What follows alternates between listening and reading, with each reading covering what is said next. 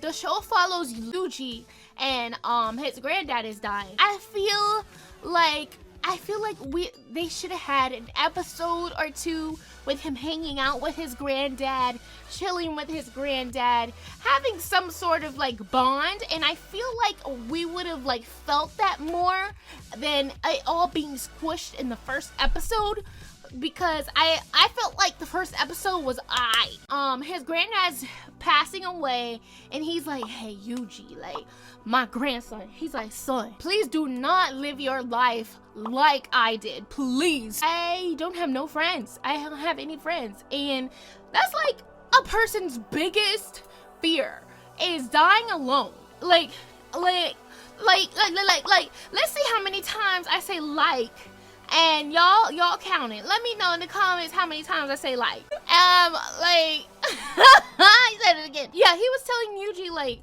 oh, I don't really like having no friends, and this sucks, but I still love you. I'm glad you're here, but it just sucks I don't have no friend.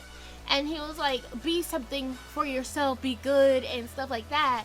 And for some reason, Yuji put it in his head that he was like, nobody can have a horrible death. Everybody has to have proper deaths. And I was like, everybody is not gonna have proper deaths. Yuji, I'm sorry, but it's just the way the world works. No! God, please, no! No! So I was very interested to see if he was just gonna go the route where Yuji just gives everybody the proper death, or have Yuji realize that that cannot happen and, you know, get a good death and stuff like that. So let's see where this author is about to go, because I want to see. I'm curious. I'll bite. Give me a little taste, a little peek of that pie. Like, not a whole big chunk, but I'll just get like a simple serving, like a little scoop, if you get what I'm saying. So I was like, okay, let me see where this is about to go. I felt like it was a bit basic in the beginning, but then it definitely grabbed you in the end when Itadori bit. I said bit. That man did not bite the finger. He went honk. He ate that thing whole. But anyways, I feel like it really started when he ate the finger and Gojo came into play with everything. Cause when I first heard about the show, everybody, and I mean everybody, was talking about Gojo. Gojo. I didn't even hear about the show. All I saw was memes about him and how he was gonna steal your girl. And I was like, he's not even that cute. Like, he just looked regular with white hair, like any like protagonist. And then I see him, and like my whole life just changes before my eyes. It's just like seeing the love of your life for the first time. You just know that it's them. Whoa, like, he's kind of cute. I like his style, I like his flair. I feel like all the girls really like him because of his style, his swagger, and like, he just look cute and he badass. Like, girls have like a soft side for badass men. Like, I can't even lie, because I got a little soft side for it too. Even though you want to be like, oh, I'm really soft, sweet, supple, honest type of guy. We all know we want the bad guy, the one that's like, you ain't going anywhere. I felt like why everybody was in love with Juju, and so I was like, let me see what it's all about. But the first episode didn't really get me until the end, and then that made me wanted to watch it more. It's kind of, I feel like it's kind of a better version of Naruto in a way, like, because literally almost every character in this show resembles a character in Naruto. Go subscribe to me and click that notification bell so you know when I do it. I love how silly and chill the show can be.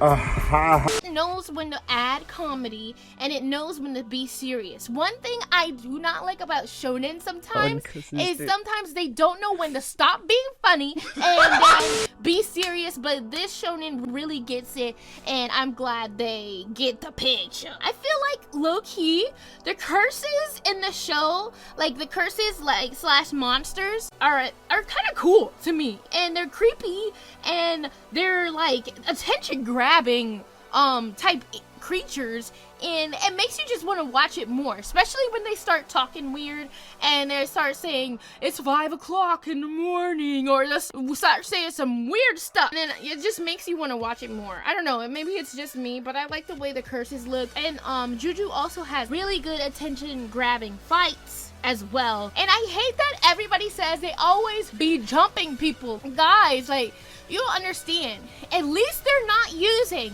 the power of friendship to finish every fight. I'm just saying, like, at least they're using their wits and realizing they can't defeat this monster or this curse alone. They need help. So, of course, they gonna start jumping, and it's cool. I like it. It makes it look cool. I really want to know what's so special about Fuchiguro. Why does Sukuna like him so much? I feel like he has this special power that he keeps trying to use every time in the show, and then something crazy happens and we never get to see it. And I feel like that power has to do with Sukuna somehow. Do not at me, y'all. But here's my theory.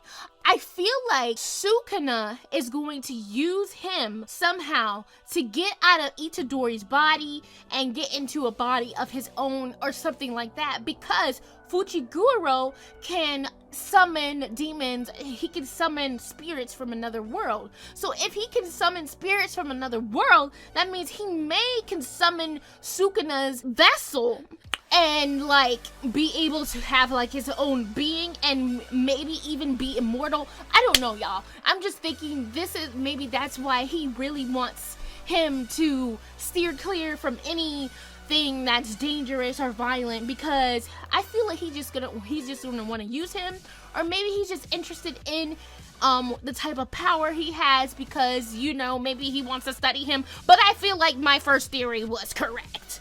When Sukuna made the pact with Itadori, at first I was like, okay, I like that he was talking to him and like, hey, let me use your body for a couple minutes as soon as I say this word, and once I say this word, like, that's it. And then Itadori was like, no. Sukuna was like, okay. What I'll do is when I possess your body, I will not kill nobody or hurt anybody or harm anybody while possessing you. Now, for one, see, he could betray the pact that they had in one way, because I'm gonna give you guys another theory that I have. He could have minions do it for him. That could be one way he could still kill people and harm people. And why 1 minute? 1 minute seems very specific, so, and I feel like he just has something in store. The episode that really had me hooked was episode 7. I will give it to that episode specifically. Like, watching the previous episodes, I was just like, oh, okay, it's cool, blah, blah, blah. And then the 7th episode, I was like, okay. Bringing in domain expansion just brought like a whole new world to the series as a whole. I feel like especially with Gojo's domain expansion, it really like warps your mind. Like, he literally makes you feel everything, see everything, and it's to the point where you're overwhelmed. You can't even imagine. Like, this, it's just like when you learn about the universe in school, like, you cannot even grasp how huge it is. Like, it's millions and millions, quadruple billions of miles of universe. That it's infinite and it's unavoidable. It's scary on top of scary, and I feel like he is the most overpowered character in the show. And I feel like that may have its upsides and also have its downsides, because who gonna give him a good fight? I mean, Sukuna could give him a good fight, but how they have to find like some weakness or anything for Gojo to have, so that way we can see like at least a decent fight. Because I love overpowered characters, but you don't want to have them too overpowered to where they can't have good decent fights, almost like One Punch Man.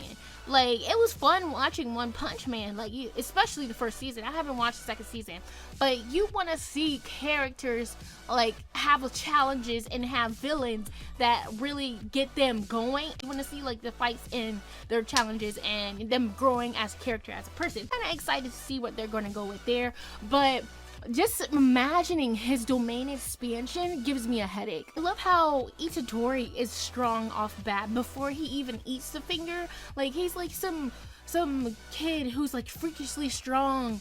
It almost reminds me of Sukuna from Dr. Stone or Asta from Black Clover, where these freakishly strong kids just end up in these situations and it makes them even stronger. So I will see you guys in the next video. Subscribe, like, thanks so much for stopping by.